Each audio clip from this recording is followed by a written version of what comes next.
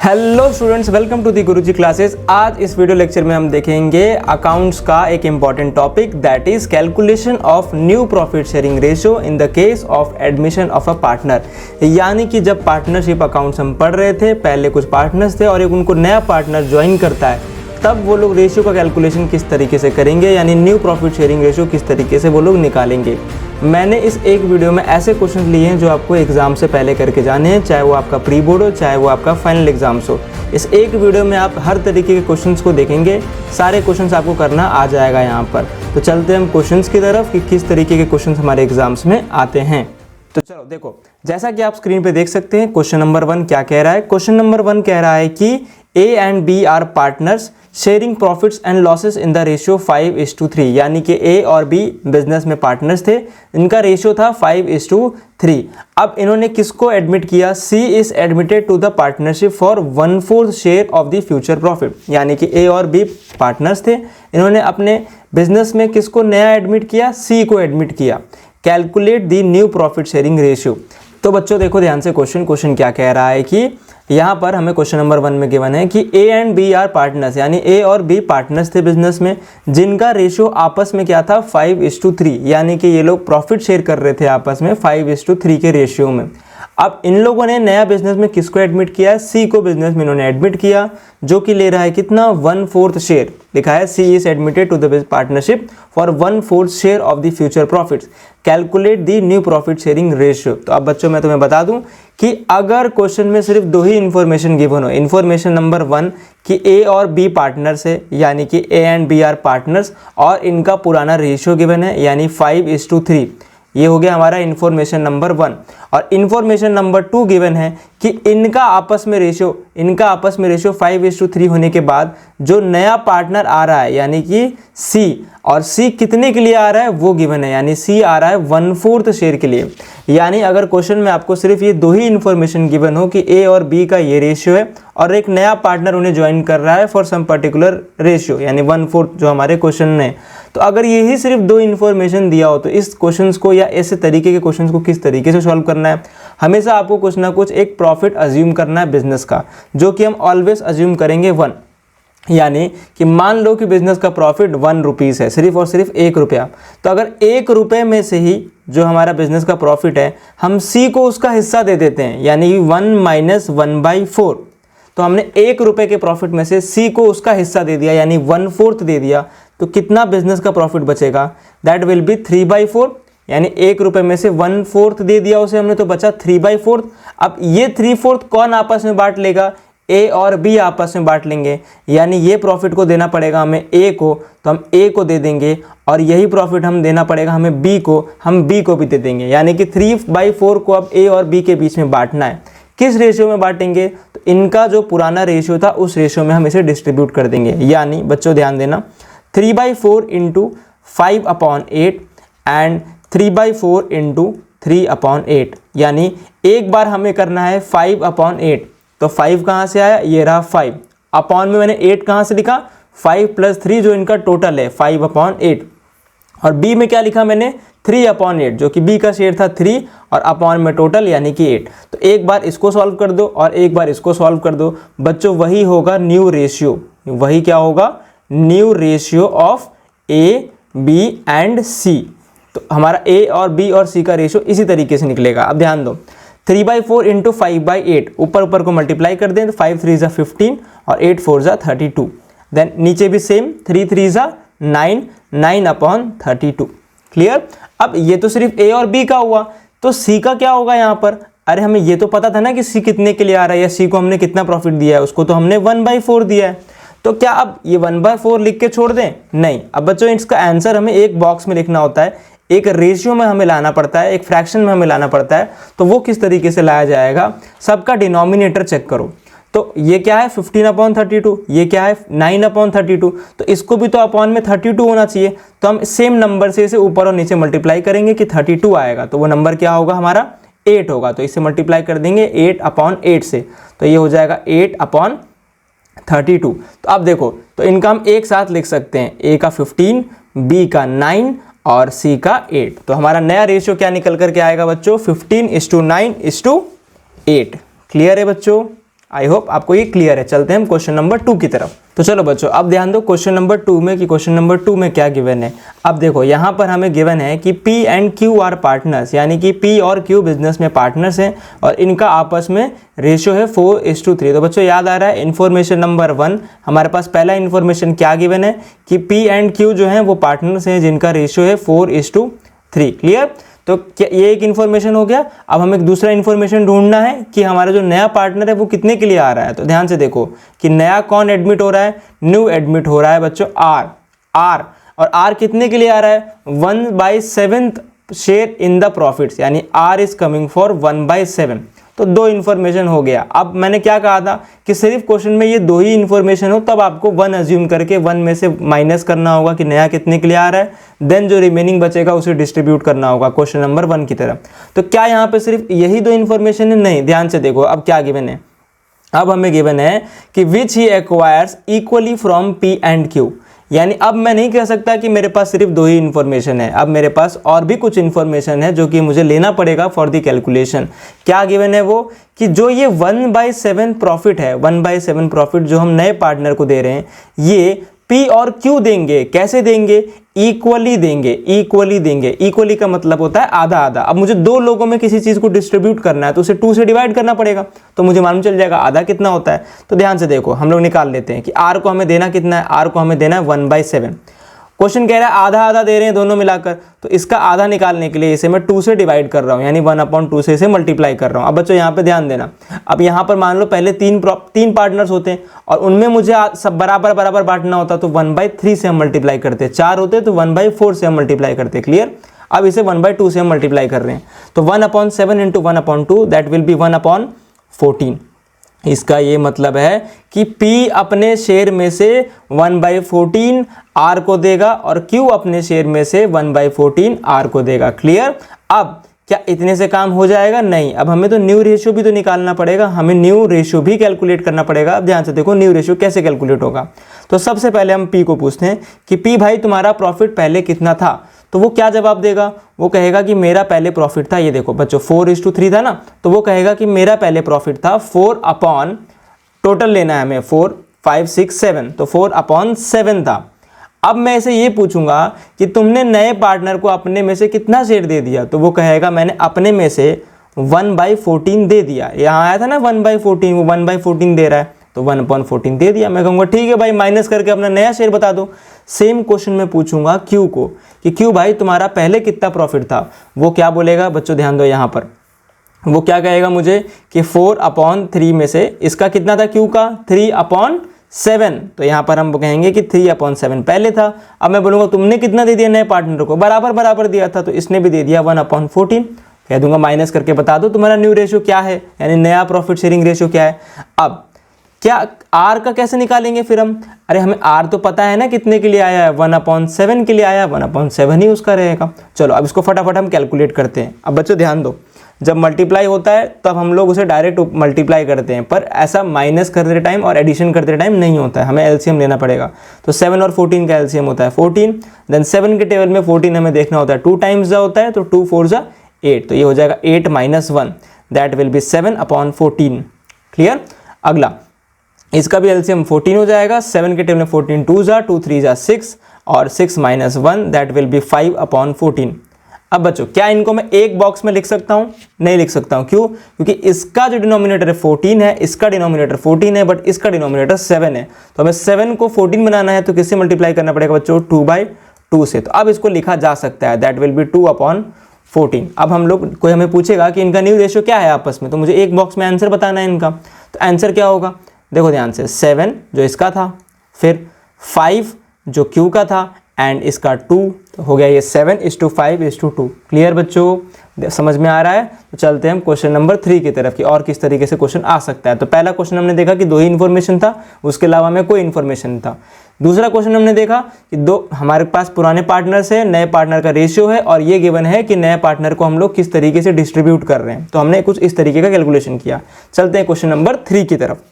चलो बच्चों ध्यान दो यहाँ पर क्या गिवन है। सबसे पहले क्वेश्चन में, question number 3, A and B are partners with the ratio 5:3। तो बच्चों ये हो गया हमारा इन्फॉर्मेशन नंबर 1, ये हमारा पहला इन्फॉर्मेशन हो गया। क्या हो गया यहाँ पर हमारा इन्फॉर्मेशन नंबर 1 कि A and B are partners और इनका रेशियो क्या है 5:3, यानी old ratio of the old partners. अब आगे क्वेश्चन क्या कह रहा है, क्वेश्चन कह रहा है कि इन्होंने सी को एडमिट किया है फॉर 1/4 शेयर। तो हम लिख देंगे कि न्यू आया है सी फॉर 1/4 शेयर, तो नया सी आया है 1/4 शेयर के लिए। यहाँ तो क्वेश्चन सिमिलर ही लग रहा है। आगे पढ़ते क्वेश्चन क्या कह रहा है, which he acquired 1/6 from A and 1/12 from B. अब क्वेश्चन क्या कह रहा है कि जो वो एक्वायर कर रहा है 1/6 फ्रॉम ए से और 1/12 फ्रॉम बी से। ठीक है, तो आप ध्यान से समझो, इक्वली का केस ये नहीं है जो हमारा क्वेश्चन नंबर 2 में था। तो हमने क्या किया था, उसमें आधा आधा निकाल दिया था। अब यहाँ पर हमें दे रखा है कि वो कितना दे रहे हैं आपस में से, तो हम डायरेक्टली चलते हैं ए के पास। हम लोग डायरेक्टली क्या निकालते हैं, ठीक है, न्यू रेशियो निकालते हैं। इसमें न्यू रेशियो को हम कैलकुलेट करते हैं। तो हमने पूछा ए को कि ए भाई तुम्हारा पहले कितना था रेशियो, तो वो कहेगा कि मेरा पहले था 5/8, 5/8 उसका पहले था। अब मैंने पूछा कि तुम कितना दे रहे हो नए पार्टनर को, तो उसने क्या कहा कि मैं दे रहा हूँ 1/6, यानी 1/6 दे रहा हूँ। ठीक है, फिर मैंने सेम क्वेश्चन बी को पूछा कि बी भाई तुम्हारा कितना था पहले इस प्रॉफिट, तो वो कहेगा कि मेरा था 3/8। अब फिर मैंने से पूछा तुम कितना दे रहे हो नए पार्टनर को, तो मैं तो दे रहा हूँ 1/12। वेरी गुड, दोनों अपना अपना माइनस करके बता दो कि भाई बच कितना रहा, उसी को तो बोलते हैं न्यू रेशियो। उसी को तो हम क्या कहेंगे, न्यू रेशियो, माइनस करके आ जाएगा। फिर सी को हम जब पूछेंगे तो सी का तो हमें पता ही है कि वो कितने के लिए आया है बिजनेस में, वो कितने के लिए आया है, वो आया है 1/4 शेयर के लिए, वही उसका रेशियो होगा। अब फटाफट इसका एलसीएम लेके मुझे सॉल्व करते हैं। तो ये 8 और 6, 8 6 और 8 और 6 का एलसीएम क्या हो जाएगा बच्चों, बताओ मुझे फटाफट। 8 और 6 का एलसीएम 2 4 जा 8, 2 3 जा 6, अब ये 4 3 जा 12, 12 2 जा 24। तो बच्चों ये हो जाएगा 24। अब 8 के टेबल में 24 कितने से आता है, 8 3 जा 24, तो इफ 3 आ रहा है तो 3 5 जा 15 हो गया ये। फिर 6 के टेबल में 24 कितना आता है, 4 जा 4 1 जा 4 हो गया। तो 15 में से हम 4 को माइनस कर देंगे, that will B 11/24। Clear. Same again 8 और 12 का एलसीएम 24। 8 के टेबल में 24 कितने से आता है, तो ये आता है हमारा 3 जा 3 3 जा 9, माइनस 12 के टेबल में 24 कितने से आता है, 12 2 जा 24 होता है बच्चों, तो 2 1 जा 2, तो 9 में से 2 गया, that will be 7/24। And then next आप देखो बच्चों, ये 24 है, ये 24 है, ये तो 4 है, तो क्या एक साथ लिख सकते हैं इन्हें, नहीं। अब 4 को भी हमें 24 बनाना पड़ेगा, तो इसे किससे मल्टीप्लाई करें बच्चों, 4 6/6 से मल्टीप्लाई कर देंगे तो हमारा 24 हो जाएगा। तो ये हो जाएगा 6/24। ठीक है, अब इनका आंसर हम एक साथ लिख सकते हैं, एक बॉक्स में हम इसका आंसर लिख सकते हैं। तो क्या हो जाएगा इसका आंसर, तो सबसे पहले 11:7:6। क्लियर बच्चों, समझ में आ गया। अब यहाँ पर क्या दिया हुआ था कि पुराने पार्टनर्स का रेशियो गिवन है, नया पार्टनर कितने के लिए आ रहा है वो गिवन है, और वो कितना कितना पुराने पार्टनर से ले रहा है वो गिवन है। तो डायरेक्टली हमने न्यू रेशियो कैसे निकाल दिया कि भाई वो कितना दे रहे हैं उतना उसमें से माइनस कर दो। क्लियर, चलते हैं नेक्स्ट क्वेश्चन की तरफ। तो बच्चों अब गिवन है कि A and B are partners, तो ये हो गया हमारा इन्फॉर्मेशन नंबर 1 कि ए और बी पार्टनर्स हैं। ठीक है, अब क्या गिवन है आगे कि इनका रेशियो 3:2 था, इनका रेशियो गिवन है हमें 3:2। अब नया कौन आया है यहाँ पर, सी आया है, तो हम फटाफट लिख लेते हैं कि न्यू आया है हमारा सी फॉर कितना 1/2 शेयर। तो यहाँ तक तो क्वेश्चन सिमिलर ही लग रहा है कि पुराने पार्टनर्स का रेशियो गिवन है, नया पार्टनर कितने के लिए आया है वो गिवन है। अब हम पढ़ते हैं आगे की इन्फॉर्मेशन। ठीक है, तो which he acquires from A and B in the ratio 3:1, जो कि वो एक्वायर कर रहा है ए और बी से किस रेशियो में, 3:1 के रेशियो में। Calculate the new profit sharing ratio. अब ध्यान से, सेकंड जो क्वेश्चन हमने देखा उसमें वो बराबर बराबर दोनों से ले रहा था, तो हमने मल्टीप्लाई कर दिया 1/2 से एंड देन उसे माइनस कर दिया ए और बी से। थर्ड क्वेश्चन में क्या देखा हमने कि हम डायरेक्टली क्वेश्चन बता रहा है तुम्हें कि ए से वो इतना ले रहा है, बी से इतना ले रहा है, तो हमने माइनस कर दिया। अब वो क्वेश्चन तुम्हें रेशियो में बता रहा है कि जो ये 1/2 वो ले रहा है वो ए और बी से 3:1 के रेशियो में ले रहा है। तो मैंने पूछा ए को कि ए भाई तुमसे वो कितना ले रहा है। ठीक है, तो अब ए मुझे क्या कहता है कि उसको 1/2 लेना था। अब मेरे और बी से वो ले रहा है, किस रेशियो में ले रहा है, 3:1 के रेशियो में ले रहा है। तो मेरे से कितना लिया उसने, 3/4। ये है ना 3:1 में, तो 3/4। सेम क्वेश्चन मैंने बी को पूछा कि भाई तुमसे कितना ले रहा है वो, तो कह रहा है उसको 1/2 लेना था और रेशियो उसने बता दिया था, दैट इज 1/4। अब देखो ध्यान से, तो ए से वो कितना ले रहा है 3 1 जा 3, 4 2 जा 8, बी से कितना ले रहा है 1/4 2 जा 8। तो ये क्या आ गया हमारे पास कि ए से कितना लिया जा रहा है, बी से कितना लिया जा रहा है। अब लेने के बाद इनसे इनका प्रॉफिट लेने के बाद क्या बच रहा है उसी को बोलते हैं न्यू रेशियो। तो हम निकालते हैं न्यू रेशियो। सेम अब मैंने पूछा ए को कि ए भाई तुम्हारे पास पहले कितना प्रॉफिट था, कितना तुम्हें प्रॉफिट मिल रहा था, वो क्या जवाब देगा मुझे बच्चों, पुराना रेशियो 3:2, यानी वो क्या जवाब देगा कि पहले मेरे पास था 3/5। अब तुमने कितना दे दिया नए पार्टनर को, सी को कितना तुमने दे दिया अपने में से, तो वो क्या बताएगा 3/8 जो यहाँ पे निकाला हमने। तो 3/5 में से 3/8 माइनस करके वो बता देगा न्यू रेशियो क्या है। सेम क्वेश्चन मैंने पूछा बी को, मैंने बी को भी सेम क्वेश्चन पूछा कि तुम्हारे पास पहले कितना प्रॉफिट था, वो कहेगा 2/5 क्योंकि उसका रेशियो क्या था 2/5। उसने कितना दे दिया, उसने नए पार्टनर को कितना दे दिया, ये रहा हमने कैलकुलेट किया था 1/8, तो माइनस करके आ जाएगा उसका न्यू रेशियो। अब क्या सी का हमें कैलकुलेट करना पड़ेगा, क्वेश्चन में गिवन था ना ऑलरेडी वो कितने के लिए आया 1/2 के लिए आया, तो वही तो रहेगा 1/2। क्लियर। अब फटाफट इसको सॉल्व करते हैं हम लोग, ठीक है। तो 8 और 5 इसका एलसीएम लेना पड़ेगा हमें, तो 8 5 से क्या हो जाएगा हमारा बच्चों 40। क्लियर। नेक्स्ट 5 के टेबल में 40 कितने से आता है, 5 के टेबल में 40 हमारा 8 से आता है, तो 8 को मल्टीप्लाई करेंगे 3 से, 8 3 जा 24। 8 के टेबल में 40 कितने से आता है 5 जा, 5 3 जा 15, तो 24 माइनस 15 हम कर देंगे बच्चों, कितना हो जाएगा हमारा, तो ये हमारा हो जाएगा 9/40। क्लियर। तो ये हो गया हमारा 9/40। नेक्स्ट 5 और 8 का एलसीएम अगेन ये हो जाएगा हमारा 40। 5 के टेबल में 40 8 जा, 8 2 जा 16, एंड यहाँ पर हो जाएगा 8 के टेबल में 45 जा, तो 5 1 जा 5, तो ये हो जाएगा हमारा 11/40 बच्चों, ठीक है। अब ध्यान से समझो, ये तो 40 है, ये भी 40 है, तो ये तो 40 नहीं दिख रहा, कैसे इसको 40 बनाए हम लोग, तो इसको किससे मल्टीप्लाई करते हैं बच्चों, तो इसको हम मल्टीप्लाई कर देंगे 20 से। अगर 2 को मल्टीप्लाई करते हैं 20 से तो 40 आता है। अब जिसको बच्चों ये समझ में नहीं आ रहा कि किससे मल्टीप्लाई करें, जो लाना है वो ऊपर लिख लो, 40 ऊपर लिख लो और नीचे लिख लो 2, तो इसे कट कर दोगे अगर तो आ जाएगा तुम्हारा 20, तो ठीक है, तो 20/20 से मल्टीप्लाई करना है, तो हो गया 20/40, ठीक है। अब इसे हम एक बॉक्स में लिख सकते हैं, that will B 9:11:20। I hope तुम्हें समझ में आ रहा है, अगर नहीं समझ में आ रहा है तो नीचे कमेंट में कोई डाउट पूछ लेना, ठीक है। चलते हैं अगले क्वेश्चन की तरफ। तो बच्चों अब ध्यान दो इस क्वेश्चन पे, क्वेश्चन नंबर 5। यहाँ पर एक ही क्वेश्चन में कई सारे केसेस हैं, तो आपको सारे केसेस को इंडिविजुअली समझना है, ठीक है। कुछ केसेस मैं यहाँ पे कराऊंगा और कुछ केसेस होमवर्क के लिए मैंने दे रखा है, आपको होमवर्क में करना है, ठीक है। तो फटाफट हम क्वेश्चन देखते हैं कि क्वेश्चन क्या कह रहा है। एक्स और वाई पार्टनर्स हैं, जैसे हर क्वेश्चन में पार्टनर्स होते हैं वैसे एक्स और वाई यहाँ पर पार्टनर्स है, जिनका आपस में रेशियो क्या है 3:2, तो 3:2 इनका आपस में रेशियो है। अब नया इनको कौन ज्वाइन कर रहा है हम वो भी देख लेते हैं।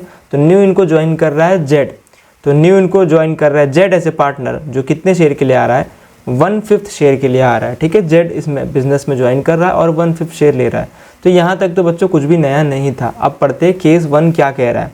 केस 1 कह रहा है कि if Z acquires his share from X and Y in their profit sharing ratio, यानी कि जेड जो अपना प्रॉफिट शेयरिंग ले रहा है वो पुराने पार्टनर से उनके ही रेशियो में ले रहा है। तो अब बच्चों ध्यान से यहाँ पर एक चीज़ समझ लो, अगर क्वेश्चन हमें कोई इन्फॉर्मेशन नहीं देता है या फिर क्वेश्चन हमें ये चीज़ लिख के देता है, दोनों का मतलब सेम है। कैसे सेम है फटाफट समझ लो। ऐसे केस में हम क्या करते थे, प्रॉफिट लेते थे 1, तो मान लो कि प्रॉफिट क्या है ₹1, तो 1 में से अगर हम नए पार्टनर को उसका शेयर दे दें, यानी 1 में से हम लोग 1/5 माइनस कर दें, तो बचता है हमारे पास 4/5।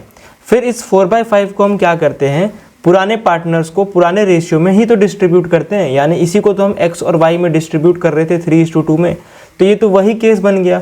तो इसीलिए अगर क्वेश्चन कोई इन्फॉर्मेशन नहीं देता है या फिर इस तरीके से लिखता है जो केस 1 में लिखा हुआ है, तो आपको सेम चीज़ करना है। अब देखो फटाफट इसको हम लोग सॉल्व कर देते हैं। 4/5 को हमें डिस्ट्रीब्यूट करेंगे किन लोगों में, एक्स और वाई में। तो एक्स को कितना मिलेगा, एक्स को मिलेगा, ध्यान से समझना, एक्स को मिलेगा 4/5 इंटू 3/5। वाई को कितना मिलेगा 4/5 इंटू 2/5, ठीक है। पुराने रेशियो में हमने लिख दिया। क्या जेड का अलग से कैलकुलेशन करना पड़ेगा, नहीं, हमें तो पता है ना जेड कितने के लिए आ रहा है, जेड तो आ रहा है 1/5 शेयर के लिए, तो वही उसका न्यू रेशियो होगा, ठीक है बच्चों। हम ये न्यू रेशियो ही निकाल रहे हैं। अब एक्स का कितना हो रहा है प्रॉफिट, तो 4 3 होता है 12, 12/25, और y का कितना हो रहा है 4 2 होता है 8, 8/25। क्या इन्हें हम एक बॉक्स में लिख सकते हैं, बिल्कुल नहीं लिख सकते हैं। क्यों, क्योंकि यहाँ 25 है, यहाँ 25 है और यहाँ पे 5 है, तो इसको भी हम लोग कन्वर्ट कर देते हैं 5 में, ठीक है। तो इसे मल्टीप्लाई करेंगे हम अपॉन 5 से, तो ये हो जाएगा हमारा 5/25। क्या समझ में आया? चलो हम देखते हैं केस 2, केस 2 क्या कह रहा है। अब बच्चों ध्यान दो केस 2 पे। केस 2 क्या कह रहा है? सेम क्वेश्चन है, x और y पार्टनर से 3:2 का इनका रेशियो है और नया इनको z ज्वाइन कर रहा है फॉर 1/5 शेयर, ठीक है। अब केस क्या कह रहा है ध्यान देते हैं, ठीक है। ये है केस हमारा 2। केस 2 कह रहा है if he acquires 3/20 from x, यानी कि वो 3/20 ले रहा है x से और 1/20 ले रहा है वो y से, ठीक है। तो क्वेश्चन डायरेक्टली तुम्हें बता रहा है कि x से वो कितना ले रहा है, y से कितना ले रहा है, तो फटाफट से हम माइनस करके निकाल देते हैं न्यू रेशियो। न्यू रेशियो का मतलब क्या होता है कि अब उनके पास कितना बचा, तो x को पकड़ो और उसे पूछो कि x भाई तुम्हारे पास पहले कितना प्रॉफिट था, वो कहेगा 3/5, उसके पास 3/5 था, माइनस उसने कितना दे दिया, उसने नए पार्टनर को दे दिया 3/20, तो माइनस कर दो, वो उसका न्यू रेशियो है। सेम चीज़ y को पूछो, y कहेगा मेरे पास 2/5 था, यानी उसका प्रॉफिट पहले 2/5 था, माइनस उसने कितना दे दिया, उसने दे दिया बच्चों 1/20, ठीक है। ये रहा 1/20 और वो रहा 3/20, क्लियर। अब माइनस करके हम निकाल देंगे। क्या जेड का भी कुछ माइनस करके निकालना पड़ेगा? नहीं, वो तो क्वेश्चन साफ साफ कह रहा था ना कि वो 1/5 के लिए आया, तो 1/5 ही रहेगा। चलो अब इसको फटाफट सॉल्व करते हैं माइनस करके। 5 और 20 का एलसीएम 20 होता है, 5 के टर्म में 20 4 जा होता है, 4 3 जा बच्चों हो जाएगा 12, तो 12 माइनस हम क्या कर देंगे 3। अब इसका निकालते हैं, 5 और 20 का एलसीएम क्या होगा बच्चों, अगेन 20, 5 के टर्म में 20 कितने जाता है 4 जा, 4 2 जा हो जाएगा 8, ठीक है।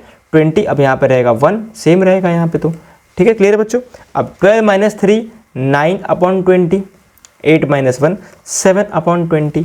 अब देखो बच्चों ये 9/20 है, एक हमारा 7/20 है, तो इसको क्या करें कि ये भी नीचे 20 हो जाए, तो इसे हम मल्टीप्लाई कर देंगे 4/4 से, ठीक है।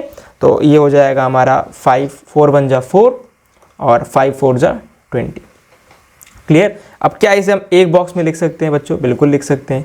क्या हो जाएगा हमारा अगर हम एक बॉक्स में लिखते हैं, तो 9:7:4, ठीक है, क्लियर है बच्चों। चलते हैं हम नेक्स्ट क्वेश्चन के ऊपर। तो चलो बच्चों ध्यान दो, यहाँ पर केस नंबर 1 मैंने करा दिया, केस नंबर 2 मैंने करा दिया। केस नंबर 3 क्या कह रहा है कि which he acquires 1/10 from x and 1/10 from y। तो ऊपर की तरह ही है सेम, फ्रॉम x इतना, अपने में से x इतना दे रहा है, y में से इतना दे रहा है।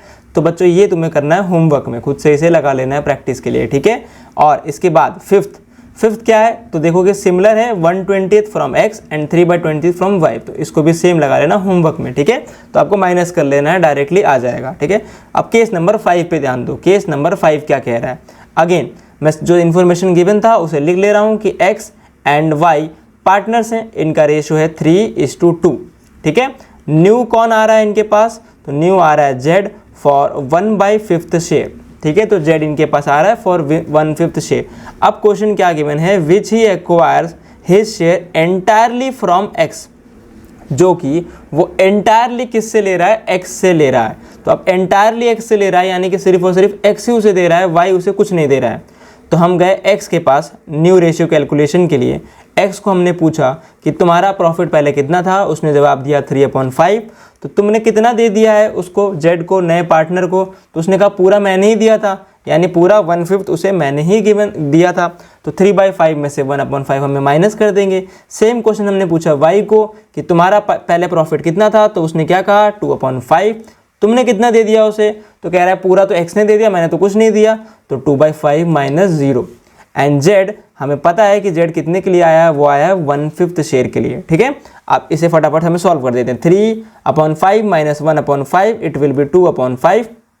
2/5 में से अगर 0 गया तो 2/5 ही बचता है। और देख सकते हो यहाँ पर सबके डिनोमिनेटर सेम है, यानी इसे हम डायरेक्टली एक बॉक्स में हम इसे लिख सकते हैं। तो आंसर क्या हो जाएगा 2:2:1, क्लियर बच्चों। आगे समझ में चलते हैं हम केस लास्ट की तरफ कि आखिरी का केस क्या है।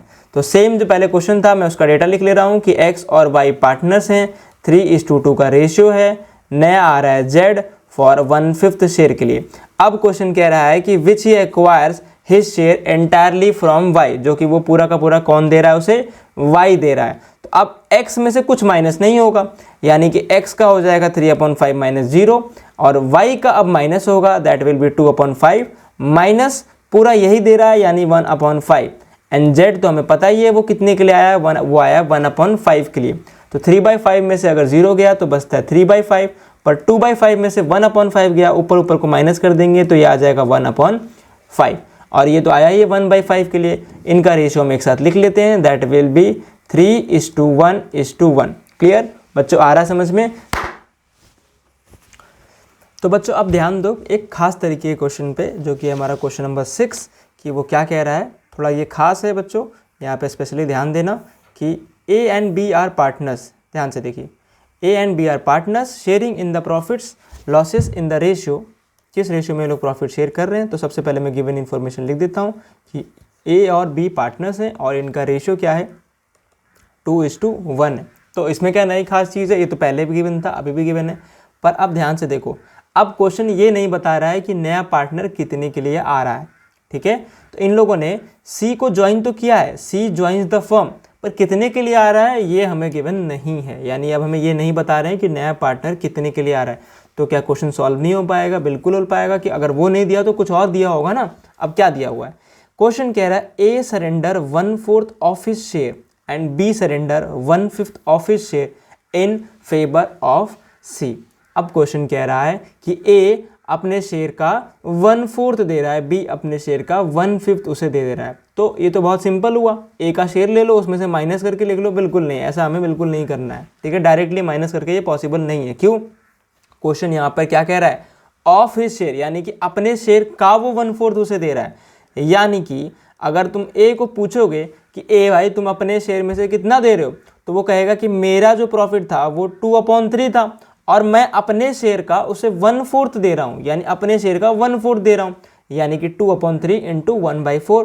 तो दैट विल बी 2/4 3 12, यानी कि ए अपने शेयर में से कितना दे रहा है, 2/12। सेम क्वेश्चन मैंने बी को पूछा कि भाई तुम कितना दे रहे हो, कितना था तुम्हारे पास, तो वो कह रहा है कि मेरा जो प्रॉफिट था वो था 1/3 और मैं अपने शेयर का कितना दे रहा हूँ, 1/5 हिस्सा दे रहा हूँ, यानी कि 1/3 इंटू 1/5।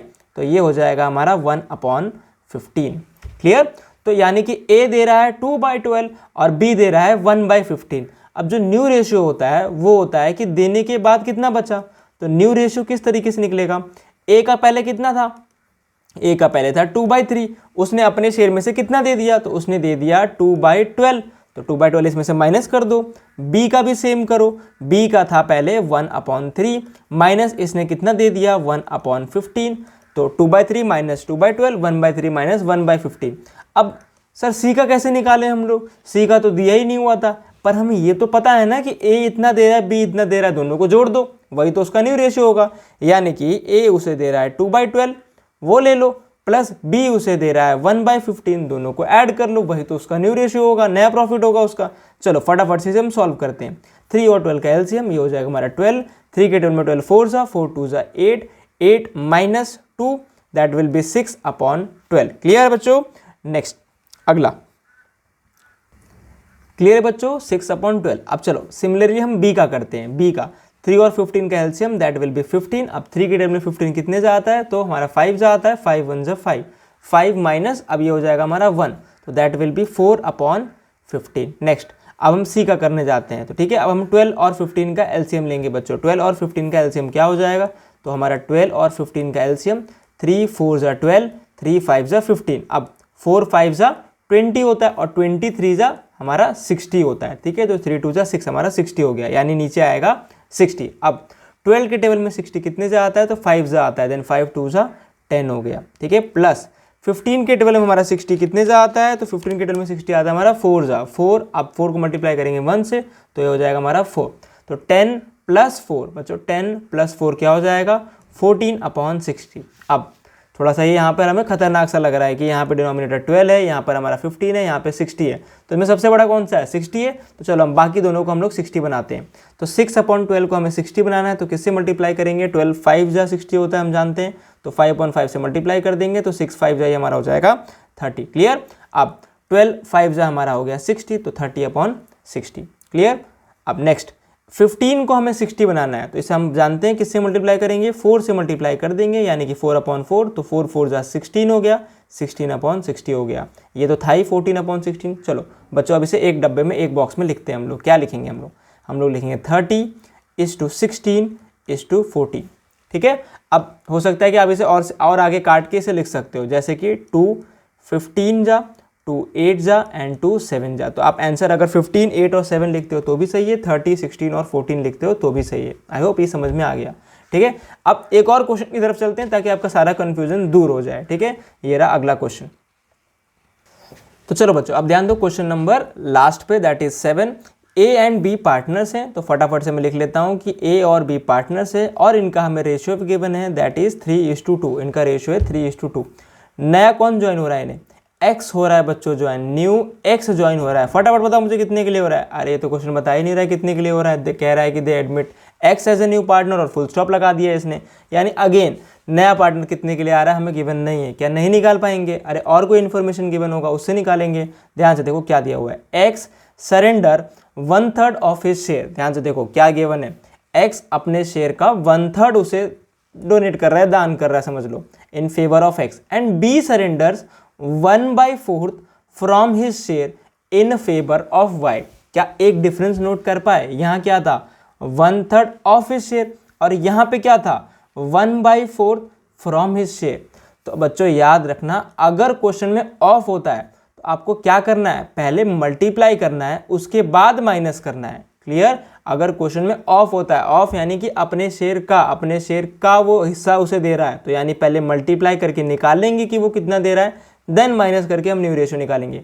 लेकिन अगर बच्चों क्वेश्चन फ्रॉम का है जो हमने ऊपर देखा था स्टार्टिंग में, तब आपको मल्टीप्लाई करने की जरूरत नहीं है, डायरेक्टली क्या कर दो, माइनस कर दो। क्लियर? यानी क्वेश्चन में अगर ऑफ दिया हुआ है तो पहले मल्टीप्लाई करना है देन माइनस करना है, पर अगर क्वेश्चन में फ्रॉम दिया हुआ है तो डायरेक्टली उसे हम माइनस कर सकते हैं। ठीक है, तो चलो ए भाई साहब को हमने पूछा कि ए भाई तुम कितना दे रहे हो उसे, तो ए ने कहा कि मेरा जो प्रॉफिट था वो था 3/5, पर मैं अपने शेयर का कितना दे रहा हूँ उसे, 1/3 हिस्सा दे रहा हूँ, यानी कि वो कितना दे रहा है, तो 3/5 3 = 15, तो वो 3/15 दे रहा है। क्या यही चीज़ हमें बी की करने की जरूरत है? नहीं, क्योंकि बी के केस में तो फ्रॉम दिया हुआ है। तो फटाफट हम निकाल लेते हैं न्यू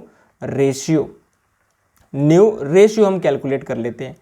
ए को पूछा हमने तुम्हारा कितना प्रॉफिट था पहले, तो उसने कहा कि मेरा जो रेशियो था वो था 3/5। कितना दे दिया उसने, 3/15, माइनस करके हम निकाल देंगे कि ए का कितना बच रहा है।